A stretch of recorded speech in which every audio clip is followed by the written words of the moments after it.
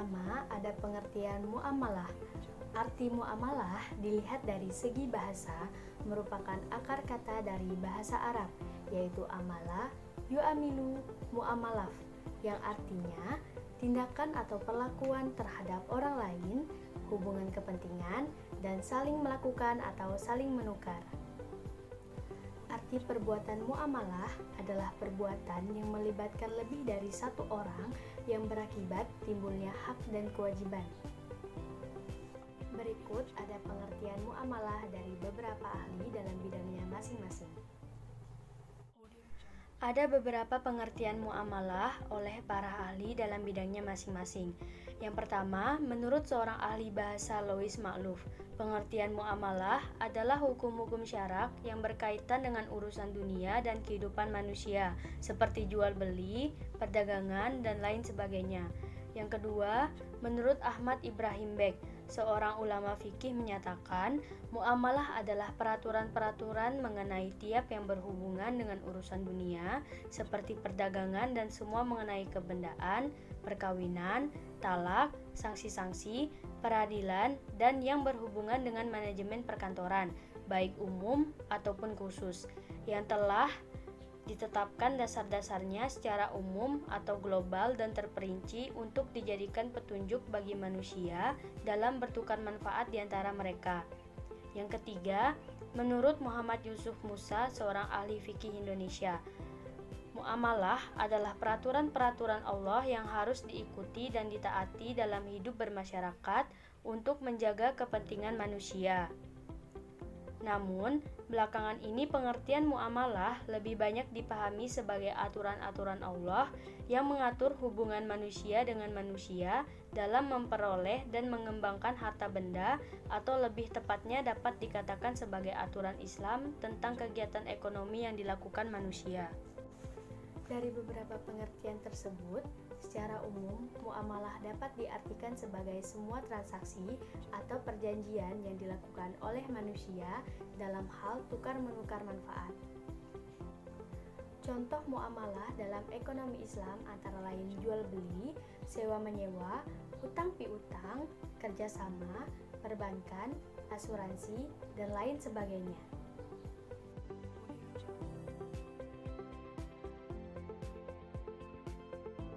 Yang kedua, ada asas ekonomi dalam Islam. Hublum minan nas adalah hubungan antar manusia yang saling memberi kebaikan atau keuntungan. Allah Subhanahu wa Ta'ala menjelaskan tentang pentingnya menjalin hubungan baik dengan cara tolong-menolong dalam hal yang positif, bukan dalam hal yang buruk atau dalam hal kejahatan. Sebagaimana dimuat dalam Quran Surah Al-Ma'idah ayat 2, ayat tersebut merupakan penguat tentang adanya muamalah, yaitu Allah Subhanahu wa Ta'ala memberikan perintah kepada hambanya yang beriman agar saling tolong-menolong dalam kebaikan. Ada beberapa asas transaksi ekonomi dalam Islam. Yang pertama, mengikat pihak yang melakukan transaksi. Yang kedua, syarat dan ketentuan transaksi dirancang dan dilakukan secara bebas, namun penuh tanggung jawab, tidak menyimpang hukum syarak, dan adab sopan santun. Yang ketiga, tidak ada paksaan dalam melakukan transaksi. Yang keempat, dilandasi dengan niat yang baik dan ikhlas karena Allah Subhanahu wa Ta'ala, agar transaksi yang dilakukan terhindar dari penipuan, kecurangan, dan penyelewengan. Yang kelima, sesuai dengan adat kebiasaan transaksi yang tidak menyimpang dari syarat.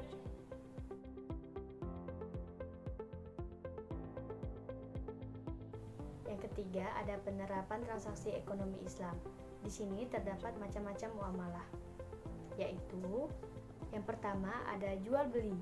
Secara bahasa, jual beli berarti persetujuan yang saling mengikat antara penjual, yaitu pihak yang menyerahkan barang, dan pembeli sebagai pihak yang membayar harga barang yang dijual.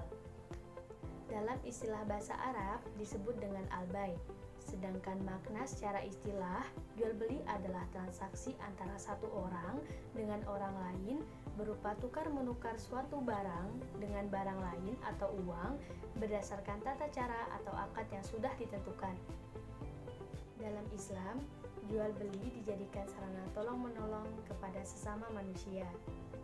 Rukun dan syarat jual beli yaitu yang pertama, penjual dan pembeli harus berakal sehat, balik dan atas kehendak sendiri. Yang kedua, barang yang diperjualbelikan itu harus halal, bermanfaat, keadaannya bisa diserah terimakan, terus keadaan barang tersebut harus diketahui oleh para penjual dan pembeli, kemudian milik sendiri atau di bawah kekuasaannya, bukan milik orang lain. Yang ketiga, sigap atau ijab kabul. Ijab merupakan ucapan dari pihak penjual, ucapan penyerahan dari pihak penjual, seperti saya menjual barang ini dengan harga 5.000. Terus, kabul adalah ucapan menerima dari pihak pembeli. Contohnya seperti ya, saya membeli barang ini gitu. Selanjutnya ada khiyar dalam jual beli. Khiyar adalah hak untuk memilih bagi penjual dan pembeli untuk meneruskan atau membatalkan jual belinya karena adanya suatu hal, misalnya ada cacat pada barang dan sebagainya. Ada macam-macam khiyar. Yang pertama, khiyar majelis, yaitu hak untuk memilih, melanjutkan atau membatalkan transaksi selama penjual dan pembeli itu masih berada di tempat transaksi. Yang kedua, ada khiyar syarat, yaitu khiyar yang dijadikan syarat dalam jual beli. Misal, menjual barang dengan memberikan jangka waktu selama 3 hari. Yang ketiga, ada khiyar aib, yaitu pembeli boleh mengembalikan barang yang dibeli jika terdapat cacat. Hendaknya dilakukan dengan sesegera mungkin. Macam-macam jual beli ada 3. Yang pertama, jual beli yang sah, yaitu apabila dalam transaksi jual beli rukun-rukun dan syarat-syaratnya terpenuhi. Yang kedua, jual beli tidak sah dan terlarang atau batil, yaitu apabila salah satu atau seluruh rukunnya dan syaratnya tidak terpenuhi, atau transaksi jual beli pada dasar dan sifatnya tidak disyariatkan atau tidak sesuai dengan ajaran Islam. Terus yang ketiga, ada jual beli yang sah tetapi dilarang atau fasid, yaitu apabila seluruh rukun dan syaratnya terpenuhi namun menimbulkan banyak keburukan. Selanjutnya, terdapat larangan-larangan dalam jual beli, yaitu 1. Menyembunyikan kecacatan barang, 2. Sumpah dalam jual beli, ketiga, bersaing secara tidak sehat, dan keempat, spekulasi dengan cara menimbun barang untuk mendapatkan keuntungan yang besar. Yang kedua, ada pinjam-meminjam atau utang piutang. Dalam bahasa Arab, utang dikenal dengan istilah qard yang secara bahasa artinya memotong. Sedangkan menurut istilahnya bermakna memberikan harta dengan dasar kasih sayang kepada siapa saja yang membutuhkannya dan akan dimanfaatkan dengan benar, yang mana suatu saat nanti harta tersebut akan dikembalikan kepada orang yang memberikannya. Sedangkan piutang adalah barang atau uang yang dipinjamkan kepada orang lain. Dasar hukum utang piutang diambil dari Quran Surah Al-Baqarah ayat 280. Rukun dan syarat utang piutang. Yang pertama, orang yang berpiutang atau orang yang meminjami dan orang yang berutang harus memiliki akal sehat dan balik. Yang kedua, objek utang piutang harus memenuhi syarat milik sah dari orang yang meminjamkan. Terus yang ketiga ada sigap atau ijab kabul. Selanjutnya ada sewa menyewa. Arti sewa menyewa dalam bahasa Arab yaitu ijarot, yang artinya upah, sewa, jasa atau imbalan.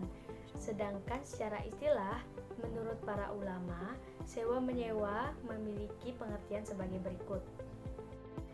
Berikut pengertian sewa menyewa secara istilah menurut para ulama. Yang pertama ada ulama Hanafiyah. Sewa menyewa adalah akad untuk membolehkan kepemilikan manfaat yang diketahui dan disengaja dari suatu pihak yang disewa dengan imbalan.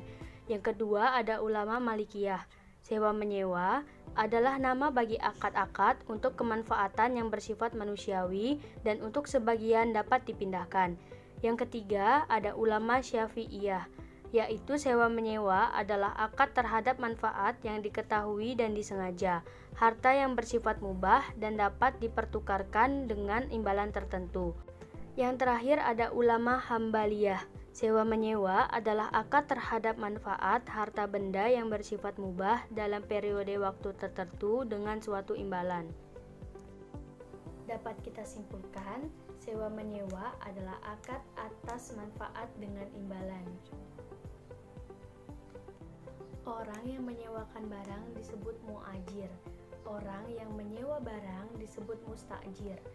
Barang yang disewakan disebut ma'jur, dan uang imbalan sewa barang disebut ujroh. Selanjutnya, rukun dan syarat sewa-menyewa. Yang pertama, orang yang berakad harus balik, berakal sehat, dan tanpa paksaan. Kedua, uang atau imbalan harus memenuhi syarat tertentu, disepakati, dan sesuatu yang bernilai harta. Yang ketiga, sigab atau ijab kabul. Selanjutnya ada macam-macam sewa-menyewa. Yang pertama, sewa-menyewa bersifat manfaat, yaitu seperti menyewa barang. Yang kedua, sewa-menyewa yang bersifat pekerjaan atau jasa, ialah dengan cara mempekerjakan seseorang untuk melakukan suatu pekerjaan, seperti tukang jahit.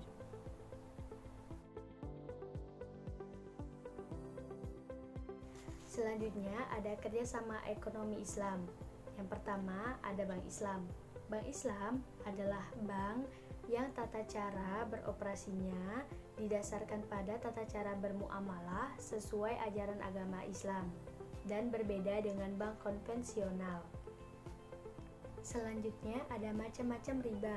Yang pertama riba fadli, yaitu pertukaran barang sejenis yang tidak sama timbangannya. Yang kedua ada riba qadri, yaitu pinjam-meminjam dengan menggunakan syarat harus memberikan kelebihan saat mengembalikannya. Yang ketiga ada riba yadi, yaitu akad jual beli barang sejenis dan sama timbangannya, namun penjual dan pembeli terpisah sebelum melakukan serah terima atau barang belum diketahui. Yang terakhir ada riba nasiah, yaitu akad jual beli dengan penyerahan barang beberapa waktu kemudian. Selanjutnya yang kedua ada syirkoh. Syirkoh secara bahasa artinya persekutuan atau perseroan, yaitu persekutuan antara dua orang atau lebih yang sepakat untuk melakukan kerjasama dalam suatu usaha yang hasilnya dibagi bersama. Syirkoh bertujuan untuk menyejahterakan sesama dan tolong-menolong dalam kebaikan. Adapun rukun dan syarat syirkoh sebagai berikut. Yang pertama, kedua belah pihak yang telah berakad harus memiliki kecakapan dalam melakukan pengelolaan harta atau tasarruf. Yang kedua, objek benda harus halal dan diperbolehkan dalam agama serta pengelolaannya dapat diwakilkan. Yang ketiga, akad atau sigat. Syarat sah dalam akad yaitu adanya tasarruf. Syirkoh digolongkan dalam beberapa macam. Yang pertama, ada syirkoh abdan. Syirkoh abdan yakni kerjasama antara dua orang atau lebih yang masing-masing hanya memberikan kontribusi kerja tanpa kontribusi modal. Misalnya kerja fisik atau tukang batu, dan misalnya kerja pikiran atau pembuat naskah. Yang kedua ada syirkoh inan. Syirkoh inan adalah kerjasama antara dua belah pihak atau lebih yang masing-masing memberi kontribusi kerja dan modal. Apabila terjadi kerugian, maka ditanggung sesuai porsi modal yang diberikan. Yang ketiga ada syirkoh wujuh. Syirkoh wujuh adalah kerjasama yang didasarkan pada kedudukan, ketokohan, atau keahlian atau wujuh seseorang di tengah masyarakat. Atau dapat dipahami syirkoh antara dua pihak yang sama-sama memberikan kontribusi kerja dengan pihak ketiga yang memberikan kontribusi modal. Kerugian dan keuntungan ditanggung dan dibagi sesuai persentase barang dagangan yang dimiliki. Yang keempat ada syirkoh muwafadah. Syirkoh muwafadah adalah kerjasama antara dua pihak atau lebih yang menggabungkan semua jenis syirkoh. Yang kelima ada mudarabah. Mudharabah adalah bentuk kerjasama dengan pekerjaan atau usaha. Dalam praktiknya, mudharabah adalah pemberian modal oleh seseorang kepada orang lain untuk usaha. Sedangkan keuntungan dan kerugian dibagi bersama sesuai dengan perjanjian ketika akad. Rukun mudharabah sebagai berikut. Yang pertama, pemilik dan penerima modal. Yang kedua, modal berupa uang tunai yang diketahui jumlahnya.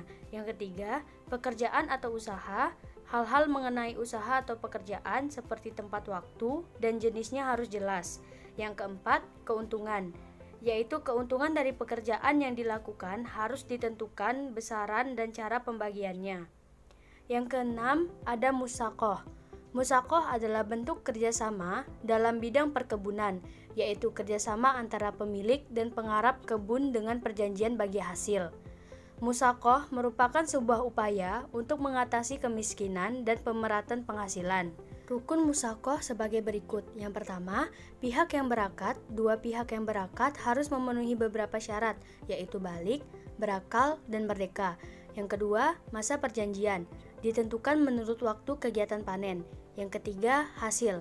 Besaran hasil yang dibagikan harus ditentukan saat terjadinya akad. Yang ketujuh, ada muzara'ah dan mukhabarah. Muzara'ah adalah bentuk kerjasama dalam bidang pertanian antara pemilik tanah, sawah atau ladang, dan penggarap tanah dengan cara bagi hasil menurut kesepakatan, seperti benih yang digunakan dari penggarap sawah. Mukhabarah adalah bentuk kerjasama dalam bidang pertanian antara pemilik tanah dan penggarap tanah dengan cara bagi hasil menurut kesepakatan, seperti benih yang digunakan berasal dari pemilik tanah. Adapun rukun muzara'ah dan mukhabarah sebagai berikut. 1. Pemilik kebun dan penggarap, keduanya harus orang yang berakal dan balik. 2. Benih yang akan ditanam harus jelas penghasilannya. 3. Lahan, merupakan lahan yang menghasilkan, jelas batas-batasnya, dan diserahkan sepenuhnya kepada penggarap. 4. Bagi hasil, pembagian hasil untuk masing-masing harus jelas jumlahnya, misalnya setengah, sepertiga, seperempat, dan sebagainya. 5. Jangka waktunya harus jelas menurut kebiasaan. Selanjutnya ada asuransi. Menurut pandangan Islam, asuransi merupakan permasalahan ijtihadiyah, yakni permasalahan yang perlu dikaji dan ditetapkan hukum syaraknya, lantaran belum tertera dan dijelaskan dalam Al-Quran dan hadis.